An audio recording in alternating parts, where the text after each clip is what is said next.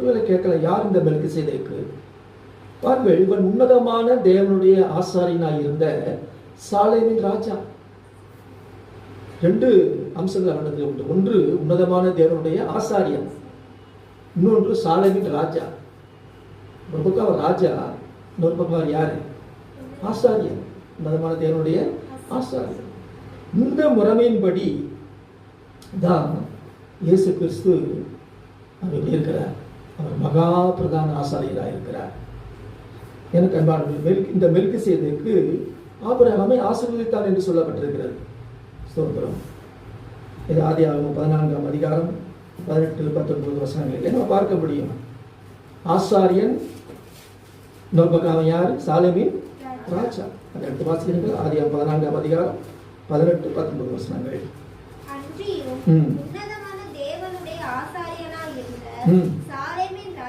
சாலேமின் ராஜாவாகிய மெல்கிசேதேக்கு அப்பம் கொண்டு வந்து ஆபிரகாமை ஆசீர்வதித்து வானத்தையும் பூமியையும் உடையவராகிய உன்னதமான தேவனுடைய ஆசீர்வாதம் ஆபிரகாமுக்கு உண்டாவதாக. ஆசாரியன் என்றாலே ஆசீர்வதிக்கிறார். ஆமென். நல்லா புரிந்து கொள்ளுங்க. இப்போ நம்முடைய மகா பிரதான ஆசாரியர் இயேசு கிறிஸ்து அப்படின்னா அவர் என்னதான் செய்வார்? நம்மளை ஆசீர்வதிக்கத்தான் செய்வார். ஆசாரியர் என்றாலே மறுக்க முடியாத உண்மை என்னது? அவர் ஆசீர்வதிக்கிறவர். பாருங்க, இந்த மெல்கிசேதேக்கு என்ன பண்ணுகிறான்?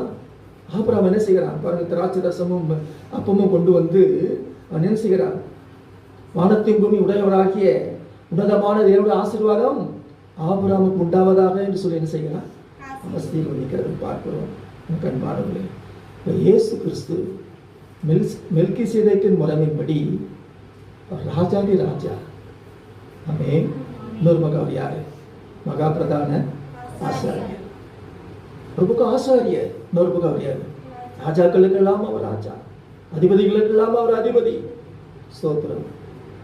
இந்த இயேசு பிரதான ஆசாரியர் என்று தேவனாலே அவர் இந்த நாமம் தரிப்பிக்கப்பட்டார் என்று சொல்லப்பட்டிருக்கிறது. எபிரேயர் அதை 5ஆவது அதிகாரம் 9-10 வசனங்களை வாசியுங்கள். பூர்ணரான பின்பு தமக்கு கீழ்ப்படுகிற யாவரும் என்ன ரட்சிப்பு? நித்திய ரட்சிப்பை அடைவதற்கு காரணராகி மெல்கிசேதேக்கின் முறைமையின்படியான பிரதான